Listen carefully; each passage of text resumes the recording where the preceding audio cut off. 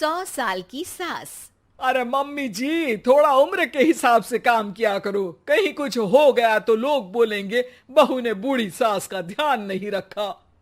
बहू, तुम भी थोड़ा कम और धीरे बोला करो।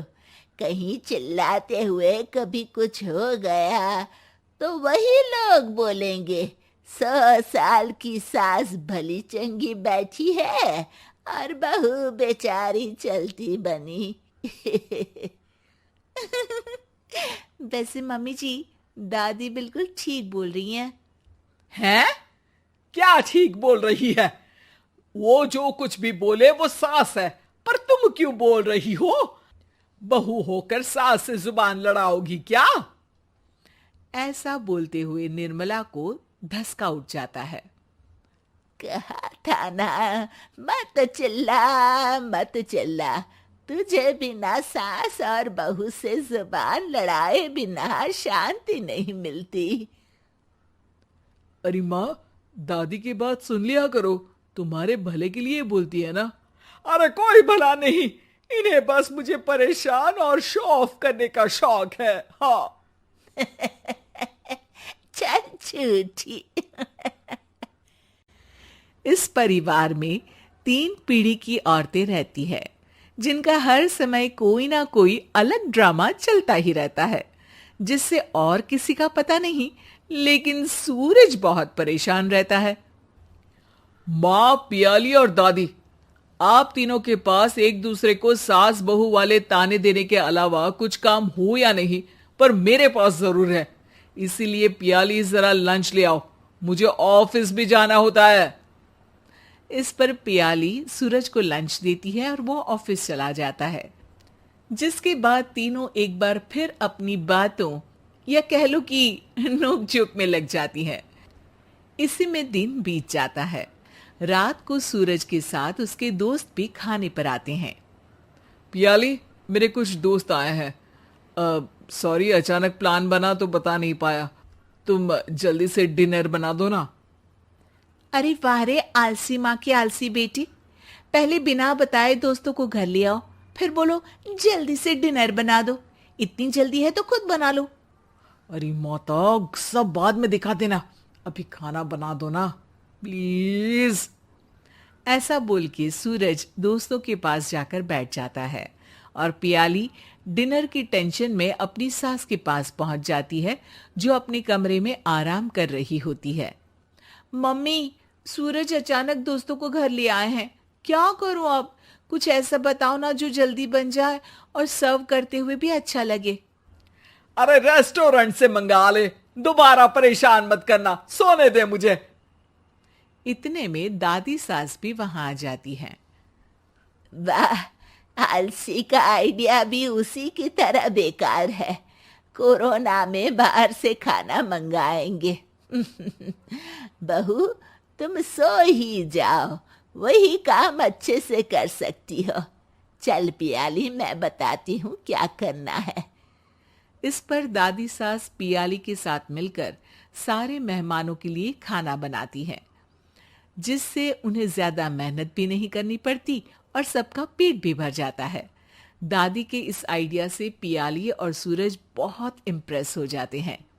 दादी, क्या यही खाना आपकी इस उम्र में इतना एक्टिव रहने और एंडलेस लाइफ का राज है? वैसे दादी ने आज तक राज किसी को बताया नहीं। इन्होंने ससुर जी तक को नहीं बताया, तभी तो वो ऊपर पहुंच गए और ये अभी तक यही है। तेरी सास मेरे ऊपर पहुंचने का ही इंतजार कर रही है, पर इस आलसी का ये सपना पूरा नहीं होने वाला। क्यों जी, अमर होने का वरदान लेकर आई हो क्या? अमर का पता नहीं, पर लगता है तुझसे लंबा जरूर जी लूंगी। इससे पहले कि दोनों सास बहू में कोई बहस शुरू होती, पियाली बीच में बोल पड़ती है। ठीक है, आप दोनों लड़ क्यों रही हैं? हम तो चाहते हैं कि आप दोनों हमारे साथ हमेशा रहें।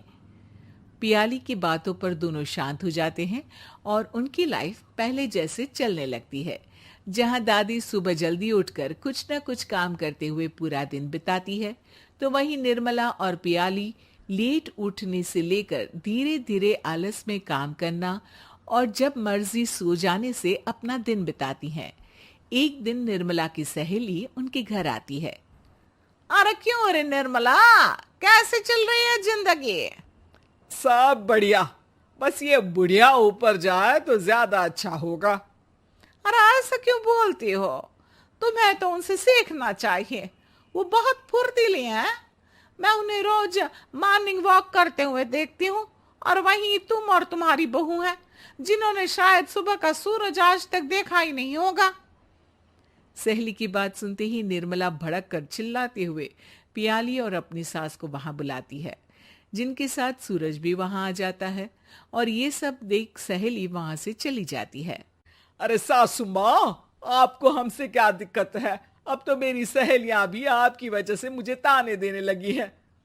मम्मी जी, कुछ तो लोग कहेंगे, लोगों का काम है कहना, आप इग्नोर करो ना। अच्छा, वैसे महारानी, वो तुम्हें भी वही सब बोल रही थी? है? मैंने क्या किया? अरे किलस क्यों रही हो? अब तो समझो और अपना लाइफस्टाइल सुधारो। ओ मोरी मैया, अब हमारा लाइफस्टाइल भी खराब हो गया क्या? आपका तो हाई फाई है ना, बस उतना ही ठीक है। तुम लोग हमेशा पूछते हो ना कि मेरी इस उम्र और अभी भी इतने एक्टिव रहने का राज क्या है, तो वो ये लाइफ स्टाइल ही है, जिसे हाई फाई नहीं पर सिंपल कहते हैं। दादी, अब कहना क्या चाहती हो? यही कि मैंने अपनी जिंदगी में बहुत किताबें पढ़ी हैं, जिनमें एक किताब से मुझे ये समझ में आया कि हम कितने गलत तरीके से जिंदगी जीते हैं। उसी के बाद मैंने एक अच्छे जीवन के लिए इकिगाई रूल अपनाया, जिसका मकसद तो सिर्फ अच्छा जीवन जीना था। इतना लंबा कैसे जी गई मुझे खुद अचंभा होता है। ओह, तो मतलब आप मुझे परेशान नहीं करती थी? वो तो आप करती हैं।